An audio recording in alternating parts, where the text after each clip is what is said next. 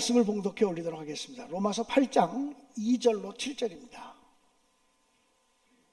이는 그리스도 예수 안에 있는 생명의 성령의 법이 죄와 사망의 법에서 너를 해방하였음이라. 율법이 육신으로 말미암아 연약하여 할 수 없는 것을 하나님은 하시나니 곧 죄로 말미암아 자기 아들을 죄 있는 육신의 모양으로 보내어 육신의 죄를 정하사 육신을 따르지 않고 그 영을 따라 행하는 우리에게 율법의 요구가 이루어지게 하려 하심이니라.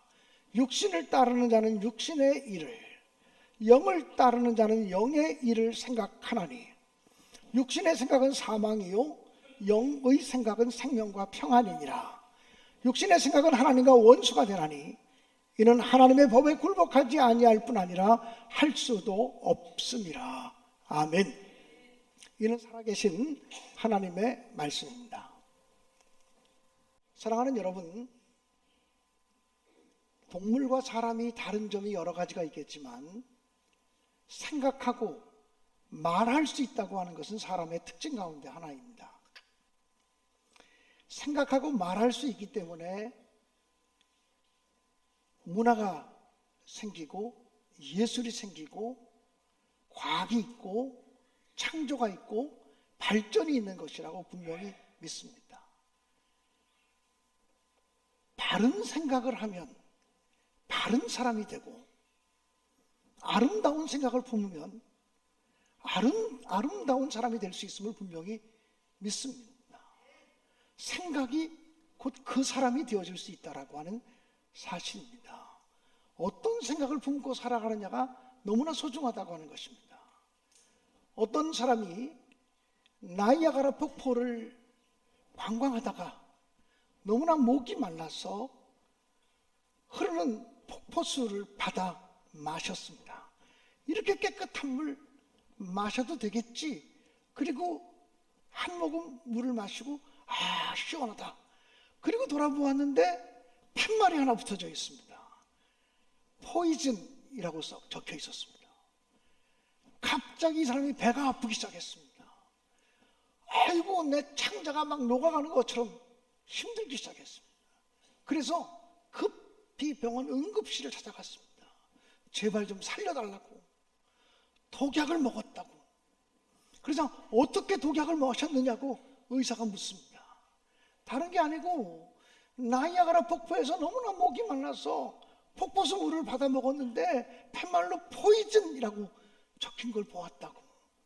그랬더니 의사가 껄껄 웃으면서 이렇게 말합니다. 포이즌이라고 하는 말은 영어로는 독이라는 말이지만 프랑스어로는 낚시 금지라는 말입니다. 프랑스 사람들이 하도 거기 와서 낚시를 하기 때문에 낚시하지 말라고 적어놓은 글귀입니다 라고 이야기를 했다는 것입니다. 그 순간 갑자기 이 사람이 아픈 배가 순식간에 나았습니다. 배가 아팠던 것도 창자가 녹아지는 것 같은 고통을 느낀 것도 그의 생각이었고, 이제 아무것도 아니네, 배가 안 아프네 라고 느낀 것도 그의 생각이었습니다. 생각이 우리 삶을 변화시키고 바꿔갈 수 있다고 하는 사실입니다.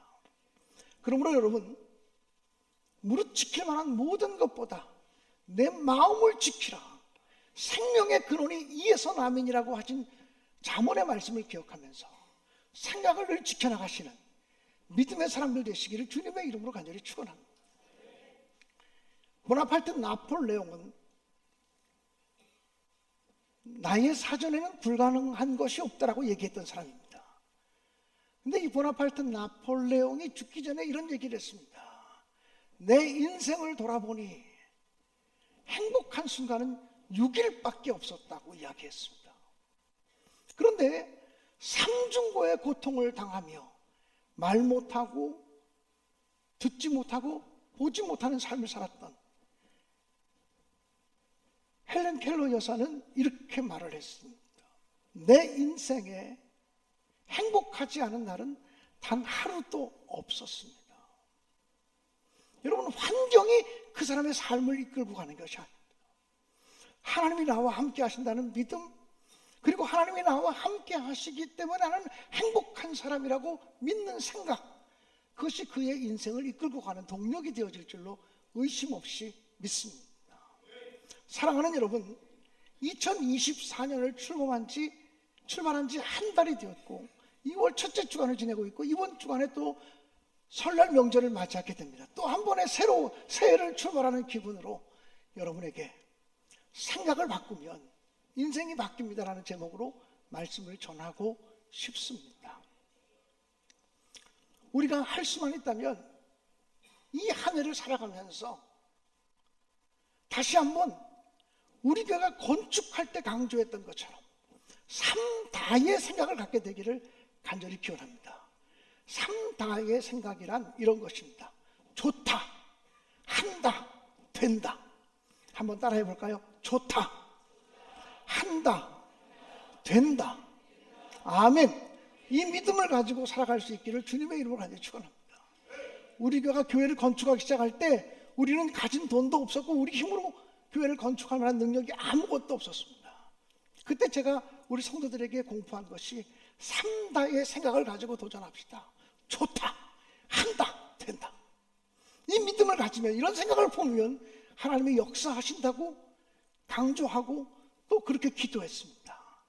여전히 여러분에게 3다의 생각을 가지고 승리하시기를 주님의 이름으로 간절히 축원합니다. 다시 한 번만 따라하겠습니다. 좋다, 한다, 된다. 아멘. 이번에 그 캄보디아를 감독님과 함께 선교 여행을 하고 있는데 차 안에서 후배 목사님 한 분이, 목사님, 우리 교인들이 가장 좋아하는 성경이 어딘 줄 아십니까? 이렇게 물었습니다. 조크였습니다. 그래서 우리 모두가 그 교회는 어떤 성경을 제일 좋아하죠? 그랬더니 우리 교인들은요 학계를 제일 좋아합니다. 그러니까 감독님이 아니 왜요? 그랬더니 그건 모르겠는데요, 학계를 좋아해서 우리 교인들이 날마다 내가 할게요 그렇게 얘기한다는 것이었습니다. 또 그분이 얘기하기를 우리 교인들이 성경에서 제일 좋아하는 인물이 누구인지 아십니까? 그래서 베드로요? 바울이요? 그랬더니 우리는 바울, 베드로 이런 사람보다 더 좋아하는 사람이 있습니다. 그래서 누굴 좋아하냐 그랬더니 삭개오를 좋아한대요. 그래서 그 교인들은 언제나 내가 삭개요 그런다는 것입니다. 사랑하는 여러분, 좋겠지만 정말 우리가 한 해를 살면서 내가 할게요, 내가 삭개요, 이런 살아가시기를 주님의 이름으로 간절히 축복합니다. 사랑하는 여러분, 3다의 생각을 품으면 우리의 인생이 새로워질 수 있습니다. 우리의 삶이 새로워질 수 있음을 분명히 믿습니다. 사랑하는 여러분, 정말 이 한 해를 살아가는 동안 모든 부정적인 생각을 내려놓고 또 모든 소극적인 생각을 내려놓고 매우 주도적이고 적극적이고 긍정적인 믿음의 생각을 가지고 도전할 수 있게 되기를 주님의 이름으로 간절히 축복합니다. 무엇보다 이 한 해를 살아가는 동안 저는 여러분 한 분 한 분이 매우 작은 생각을 큰 생각으로 바꾸며 살아갈 수 있게 되기를 간절히 바랍니다. 어떤 사람이 강가에 나가서 고기를 잡게 되었습니다. 그런데 그 사람이 큰 고기를 잡으면 갖다 버리고 잡은 작은 고기를 잡으면 바구니에 담더랍니다. 애매한 정도의 고기가 잡히면 자를 꺼내가지고 그 고기를 재가지고 자기가 가지고 있는 자보다 크면 버리고 그보다 작으면 자기 주머니에 담더랍니다. 그래서 하도 이상해서 아니 왜 그렇게 하십니까? 물었더니 그 사람이 얘기하기를 우리 집에 후라이팬이 10인치짜리 후라이팬이 있어가지고요 그보다 크면 다 버리는 거예요 그러더랍니다. 이게 바로 10인치 사고입니다. 나는 요거밖에 못해, 우리는 요거밖에 못해, 우리 가정은 이거밖에 못해, 우리 교회는 이거밖에 못해, 이거보다 큰 생각을 하면 다 잘라버려야 되고 다 버려야 돼. 이게 잘못된 생각입니다. 작은 생각을 큰 생각으로 바꾸며 살아가시기를 주님의 이름으로 간절히 축복합니다. 또 여러분의 생각을 고정적이고 굳어진 생각에서부터 유연한 생각으로 바꿀 수 있게 되기를 주님의 이름으로 간절히 축복합니다. 샌디에이고에 어느 호텔에서 있었던 일이었습니다. 그 주변이 점점 개발이 돼가지고 호텔에 찾아오는 손님들이 점점 많아지게 되었습니다. 그래서 회사 중역들이 모여서, 호텔의 중역들이 모여서 회의를 하게 되었다고 합니다. 우리 호텔이 처음 지었을 때는 엘리베이터 요 정도 인원만 태우면 호텔이 충분히 운영이 됐었는데, 지금의 엘리베이터만 가지고는 투숙객들이 너무 불편하고 오랫동안 기다리니 엘리베이터를 더 확충하는 공사를 해야 되지 않겠습니까? 이런 주제를 가지고 대화를 나누게 되었습니다. 그런데 호텔이 너무나 잘 돼가지고 날마다 찾아오는 사람들이 많기 때문에 엘리베이터 공사를 하려면 얼마 동안 호텔을 휴업할 수밖에 없는 그런 상황이 되었습니다. 그래서 지금 당장 엘리베이터 공사를 하면 좋을지, 아니면 지금은 손님들이 너무 많이 오니까 지금은 말고 조금 비수기 때 공사를 해야 되는지 문제를 놓고 회의를 하게 되었습니다. 그런데 어떻게 하는 것이 좋을지 갑론을박이 막 벌어지게 됐어요. 마침 그 회의하는 장소의 끄트머리에서 청소하는 아주머니 한 분이 청소를 하고 있었습니다. 청소하는 아주머니가 그 회사 중역들이 엘리베이터를 지금 설치할 거냐, 나중에 비수기에 설치할 거냐, 엘리베이터를 설치하는 공사를 하는 동안 호텔을 얼마 동안 쉬게 할 거냐, 이 문제를 가지고 이야기하는 것을 듣게 되었습니다. 자기도 모르게 조그마한 소리로, 뭐 저런 거 가지고 고민하지? 호텔 영업하면서 공사하면 될 거 아니야? 이런 이야기를 했습니다. 근데 무심코 던진 말인데 그 말이 조금 크게 나왔던 모양입니다. 회사 중역들이 회에다 그 소리를 들었습니다. 갑자기 회의를 주재하는 대표가 잠깐만요. 그러더니 아주머니, 청소하는 아주머니를 불렀습니다. 아주머니 지금 뭐라고 말씀하셨어요? 이 아주머니가 그제서야 자기가 실수했다는 걸 깨달았습니다. 아유 죄송합니다. 제가 하지 않아야 될 말이, 아유 죄송합니다. 제가 청소만 해야 되는데, 아유 죄송합니다. 아니 그게 아니고, 분명히 아주머니가 뭐 이렇게 고민하냐고, 뭐 이렇게 어렵게 생각하냐고, 공사하면서 호텔 영업하면 되지 않냐고 하는 말을 하셨는데 무슨 말을 한 거냐고. 아니요 죄송합니다. 막 그렇게 발뺌했습니다. 야단치려고 그러는 게 아니고 아주머니 의견을 듣고 싶어서 그러니까 얘기해 보라고. 그랬더니 그분이 그런 얘기를 했습니다. 왜 꼭 건물 안에다가 엘리베이터를 설치할 생각을 하시는지 모르겠어요. 건물 바깥에서 공사하면서 엘리베이터를 만들어서 안으로 들어오게끔 하면 되잖아요. 그럼 그 층 공사할 때만 잠깐 불편함을 감수하면 되잖아요 라고 이야기를 했습니다. 아, 그런 방법도 있겠구나.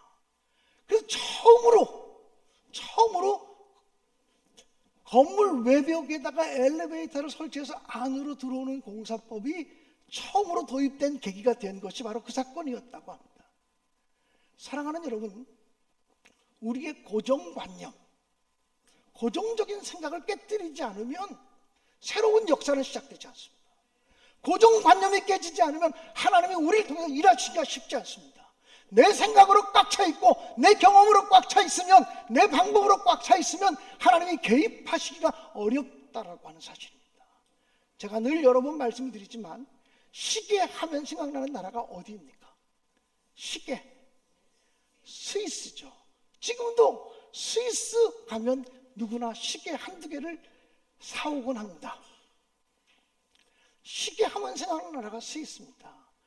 지금까지도 세계에서 시계 강국은 스위스입니다. 저도 스위스 시계 한번 좀 차보고 싶어요.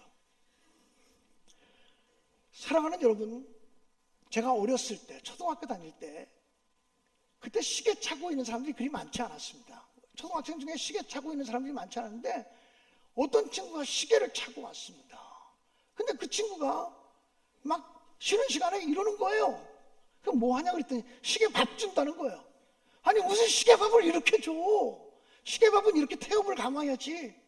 그랬더니 이건 자동 태엽이라 흔들면 밥이 들어간다는 거예요. 정말 신기한 경험이었습니다. 그런 경험들 다 갖고 있죠? 정말 신비로운 경험이었습니다. 아, 이렇게 흔들고 다니면 자동적으로 태엽이 감겨서 밥을 줄 수 있구나. 굳이 시계 태엽을 돌리면서 밥을 줄 필요가 없는 시대가 오게 되었습니다. 자동 태엽 제일 먼저 만든 나라가 어느 나라인 줄 아십니까? 흔들면 시계 밥 주는 거 제일 먼저 만든 나라가 어딘 줄 아십니까? 그게 스위스입니다. 제가 중학교 정도 다닐 때만 해도 비가 오면요, 시계 차고 다니다가 비가 오면 시계를 풀러서 주머니에 집어넣어야 했습니다. 빗물에 시계가 묻으면 유리 안으로 습기가 가득 고였을 때였습니다. 그런 시계를 찾던 기억이 있으시죠? 젊은 사람들은 상상할 수 없겠지만. 근데 어느 날 우리 친구 중에 한 사람이 내과에 가서 수영을 하는데 시계를 찬 상태로 푹 들어갔습니다. 야, 너 시계! 외쳤습니다. 그랬더니 그 친구가 손을 번쩍 들면서 이거 방수시계야, 그렇게 말했습니다. 방수시계라는 것도 있구나. 물속에 들어가도 물이 안 들어가는 시계가 발명되었구나. 참 신비로운 경험이었습니다. 방수시계를 제일 먼저 만든 나라가 어느 나라일까요? 한번 생각 좀 해보세요. 어느 나라일 것 같습니까? 그게 스위스입니다. 제가 스위스가 시계 강국이라고 그랬잖아요. 1970년대 초반에 71년도인가 70년도가 그렇습니다. 스위스, 그때 처음 뭐가 나왔냐면 달러 시계라는 게 나왔습니다. 이 달러 시계라는 게 뭐냐면 $1면 시계를 살 수 있는 시대가 있었습니다. 그러니까 제가 중학교 1, 2학년 때, 2, 3학년 때 아마 그런 때였던 것 같아요. 이 달러 시계가 나왔어요. 근데 이 달러 시계가 어떤 시계였냐면 디지털 시계입니다. 지금 12시 24분 제가 디지털 시계를 보고 있는데 숫자가 기록되는 시계입니다. 제가 손에 차고 있는 이 스마트워치도 숫자가 기록된 디지털 시계입니다. 디지털 시계가 처음 만들어졌을 때 전 세계 시계 시장을 흔들어 놓았습니다. 디지털 시계를 제일 먼저 발명해낸 나라가 어디일까요? 이건 좀 잘 생각하셔야 됩니다. 디지털 시계를 제일 먼저 만든 나라가 어느 나라일까요? 일본이죠. 일본의 세이코. 그런 거 기억나십니까? 근데 여러분, 틀렸습니다. 디지털 시계를 제일 먼저 만든 나라는 스위스였습니다. 스위스 시계 박람회에서 스위스 개발업자가 디지털 시계를 만들었습니다. 그리고 그 특허권을 팔겠다고, 자기는 시계를 개발은 했지만 시계를 만들 수 있는 생산 라인이 없기 때문에 그 상품권을, 특허권을 팔겠다고 얘기했습니다. 근데 스위스 시계 업자들이 단 한 사람도 그 디지털 시계를 쳐다보지도 않았습니다. 그건 시계가 아니야. 숫자만 기록된 건 시계가 아니야. 시계는 숫자를 보려고, 시간을 보려고 있는 게 아니라 장식품으로, 액세서리로 존재하는 거야. 목걸이가 아름답듯이 시계 또한 아름다워야 되고, 시침과 초침과 분침이 있어야 시계지, 초침이 없고 분침이 없고 시침이 없으면 이건 시계가 아니다. 누구도 스위스 시계 업자들이 그 발명품을 사주지 않았습니다. 그래서 스위스 사람이 개발했는데 그것을 국제 시계 박람회에 가서 특허권을 팔았습니다. 그 특허권을 사간 나라가 어느 나라일 것 같습니까? 그게 일본입니다. 그리고 나서 바로 그 디지털 시계를 만들어 판매하기 시작했습니다. 그로부터 5년이 지났을 때 세계 시계 시장의 판도가 확 바뀌게 되었습니다. 스위스 가장 큰 시계 공장을 가지고 있는 회사가 5만 명의 직원을 가지고 있는 회사가 있었는데, 딱 5년이 지난 다음에 디지털 시계가 나오고 난 다음에 4만 명을 해고시키고 10,000명만 남겨놓을 수밖에 없게 되었다고 합니다. 땅을 치고 후회해도 이미 때는 늦었습니다. 그들의 고정관념, 시계는 이래야 돼. 시계는 시간만 보기 위해 시계가 아니야. 시계는 초침, 분침, 시침이 있어야 시계야. 시계는 아름다워야 돼. 품이 있어야 돼. 장식품이야. 액세서리야. 라고 생각했던 그들의 고정관념 때문에 스위스 시계 산업이 한 번에 허물어지는 일들이 생겨지게 되었고, 그때부터 시계 시장이 전 세계로 이렇게 분화되었다라고 하는 얘기를 드리고 싶은 것입니다. 사랑하는 여러분, 신앙도 똑같습니다. 우리의 삶의 모든 원리가 똑같습니다. 고정관념을 가지고 있으면 하나님이 역사하실 수 없습니다. 고정관념을 가지고 있으면 하나님이 일하실 수가 없습니다.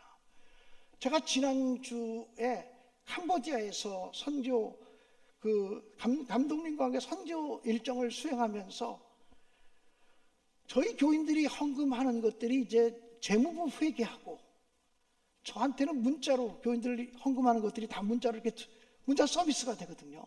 근데 어떤 교인 한 분, 누군지 모릅니다. 자기 이름을 밝히지 않은 무명의 교인이 3번에 걸쳐서 상상하기 어려울 정도의 건축 헌금을 봉헌하셨습니다. 어떻게 이렇게 많은 헌금을 봉헌하셨을까? 제가 볼 때 새 가족 같습니다. 자기 이름을 밝히지 않은 분이 3번에 걸쳐서 건축 헌금을 봉헌한 문자가 찍혔습니다. 놀라운 은혜였고 선교여행을 감당하면서 대단히 기쁘고 감사한 시간이었습니다. 어떤 분인지 이름을 밝히지 않았지만 하나님이 복 주시고 하나님이 은혜 더하시기를 간절히 바랍니다. 하나님이 일하시는 방법은 늘 그렇습니다. 하나님이 일하시는 방법은 계산을 통해서 일하지 않고 하나님이 주신 마음에 순종하는 자들 통해서 일하십니다. 하나님이 주신 마음에 헌신하는 자들 통해서 일하십니다.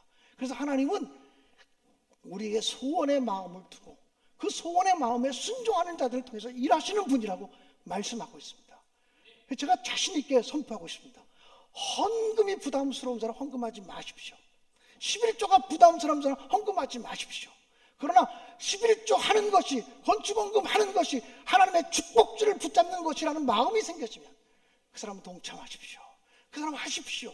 그 사람을 통해서 하나님이 일하실 것입니다. 그들을 통해서 하나님이 역사하실 것입니다. 저는 분명히 믿습니다. 그러므로 하나님의 교회, 하나님이 세우신다는 믿음을 가지고 고정적인 사고 구조가 아니라 유연한 사고 구조를 품고 살아가시기를 주님의 이름으로 간절히 축원합니다. 우리의 생각이 삼다의 생각, 좋다, 한다, 된다. 작은 생각을 큰 생각으로 하나님이 임하시면 우리를 통해서 일하실 수 있다는 믿음을 가지고 작은 생각을 큰 생각으로 바꾸시고 굳어진 생각을, 율법적인 생각을 하나님의 은혜의 생각으로 유연한 생각으로 바꾸셔서 하나님이 개입하시고 얼마든지 간섭할 수 있는 여러분의 삶이 되고 여러분의 믿음이 되시기를 주님의 이름으로 간절히 축원합니다. 무엇보다도 육신적인 생각은 사망에 이르는 생각이라고 했습니다. 영적인 생각은 생명과 평안을 주는 생각이라고 했습니다. 여러분 생명과 평안을 얻기 원하지 않습니까? 그렇다면 육신적인 생각을 내어버리고 영적인 생각을 붙잡으시기 바랍니다. 무엇이 영적인 생각인가? 여러분 물어보면 하나님이 여러분의 마음에 분명히 대답해 주실 것입니다. 영적인 생각을 품고 도전하시고 전진하시고 헌신하셔서 하나님의 놀라운 역사를 경험하는 우리 신내교회 믿음의 공동체가 되어질 수 있기를 주님의 이름으로 간절히 축복합니다. 하나님은 전능하십니다. 못하실 것이 없는 분이십니다. 하나님은 무궁무진하신 분이십니다. 제가 부흥회를 다녀보면 기적과 권능의 역사를 경험하는 교회들은 다 똑같은 공식을 가지고 있습니다. 하나님을 믿고 전진하는 교회입니다. 하나님의 능력을 신뢰하는 교회입니다. 하나님의 재정의 능력을 믿고 행하는 교회가 다 부흥하고 성장합니다. 그러나 내가 가지고 있는 지식과 내가 가지고 있는 경험과 내가 가지고 있는 생각을 붙들고 살아가는 교회는 100년이 지나도 성장하지 않습니다. 그런 교회는 하나님이 역사하실 수 있는 공간이 없습니다. 저는 우리 신내교회가 하나님이 마음껏 개입할 수 있고 마음껏 역사할 수 있는 그런 교회로 세워질 수 있기를 주님의 이름으로 간절히 축원합니다. 작은 생각을 큰 생각으로 바꾸십시오. 고정적인 생각을 유연한 생각으로 바꾸십시오. 육신의 생각을 잘라버리고 영적인 생각을 품으며 살아가시기를 주님의 이름으로 간절히 축원합니다. 어떤 사람이 침대 공포증에 걸렸습니다.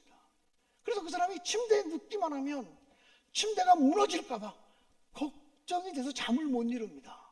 그래서 병원에 찾아가서 제가요 침대에 눕기만 하면 불안해서 잠을 잘 수가 없어요. 제가 잠자는 동안에 침대가 무너지면 어떨까 생각 때문에 잠을 이룰 수가 없어요. 어떻게 하면 좋지요? 이렇게 물었습니다. 의사의 처방이 무엇인지 아십니까? 침대 다리를 잘라버리세요. 이것이 의사의 처방이었습니다. 육신적인 생각을 잘라버려야 영적인 생각이 자라날 수 있습니다. 세상적인 생각을 잘라버려야 하나님의 생각이 자리 잡을 수 있습니다. 나만 장군이 자기의 나병을 고침받기 위해서 엘리사 선지자를 찾아왔습니다. 그리고는 많은 선물을 가지고 왔습니다. 왕의 친서를 가지고 왔습니다. 엘리사 선지자 집에 도착해서 문을 두드렸습니다. 그런데 엘리사 선지자의 종 한 사람이 나와서 우리 선생님이 그러시는데요, 요단강에 가서 몸을 7번 씻으면 낫는데요 라고 말했습니다. 그 순간 나하만 장군이 길길이 뛰며 분노했다고 성경은 기록하고 있습니다.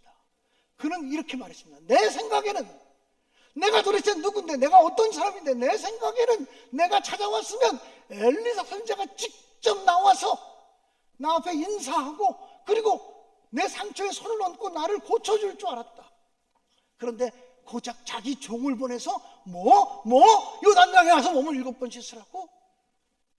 우리 아람 나라에 가면, 시리아를 말합니다. 아람 나라에 가면 요단강보다 더 크고 깨끗한 강이 얼마나 많으냐, 가자! 그리고 돌아섰습니다. 나만 장군은 병 고치기 위해서 온 사람이었습니다. 자기 병을 고치기 위해서 온 사람이었는데 엘리사 선지자 집에 도착해서는 자기를 알아주지 않는다고. 내가 누군데 감히 나한테, 자기를 알아주지 않는 것 때문에 분노했습니다. 그때 성경은 이렇게 말합니다. 내 생각에는 이럴 줄 알았는데 내 생각대로 되지 않았기 때문에 분노했다는 것입니다. 그런데 시리아 땅 아람으로 돌아가다가 신하 중에 한 사람이 얘기합니다. 부하 중에 한 사람이 얘기합니다. 선지자가 병을 고치기 위해서 더 크고 어려운 일을 이야기하셔서도 순종할 마음으로 오신 것 아닙니까? 요단강에 들어가서 몸을 7번 씻으라는데 뭐 그것이 어렵습니까? 그 순간 나아만 장군의 정신이 번쩍 들었습니다. 아, 그렇지, 내가 장군이라는 것을 인정받으려고 온 것이 아니지, 내가 한 나라의 국방장관이라는 것을 인정받고 칭찬받으려고 온 것이 아니지, 나는 문둥병자로서, 나병 환자로서, 한센치병에 걸린 사람으로서 병 고침 받기 위해서 왔지. 그는 국방장관의 옷을 벗어버리고 자기가 하나님의 은혜가 필요한, 하나님의 치료가 필요한, 하나님의 고치심이 필요한 환자임을 발견하게 됩니다. 그리고 자기 생각을 버리고 선지자의 말에 순종해서 요단강에 들어가서 몸을 7번 씻을 때 그의 피부가 어린아이의 살처럼 여전해지고 회복하게 되었다고 성경은 증언하고 있습니다. 사랑하는 여러분, 영적인 생각을 붙잡는 것은 내 생각을 내려놓는 것입니다. 내 생각을 잘라내는 것입니다. 내 경험을 잘라내는 것입니다. 그래야 하나님이 역사하시고 하나님이 개입하실 수 있습니다. 2024년 또 음력으로 새해를 시작하시려고 준비하는 여러분들에게 하나님의 은혜가 함께 하시기 바랍니다. 생각이 바뀌면 인생이 바뀝니다. 생각이 행복해지면 인생이 행복해질 수 있습니다. 성공한 사람의 뒤에는 먼저 성공적인 생각이 존재합니다. 실패한 사람의 뒤에는 먼저 실패한 생각이 있었기 때문에 실패에 이르게 되는 것입니다. 우리 모두가 다 축복받는 사람의 자화상을 가지고, 성공하는 사람의 자화상을 가지고, 하나님의 은혜 주시는 사람의 자화상을 가지고 이 안에 살아갈 수 있게 되어지기를 주님의 이름으로 축복합니다.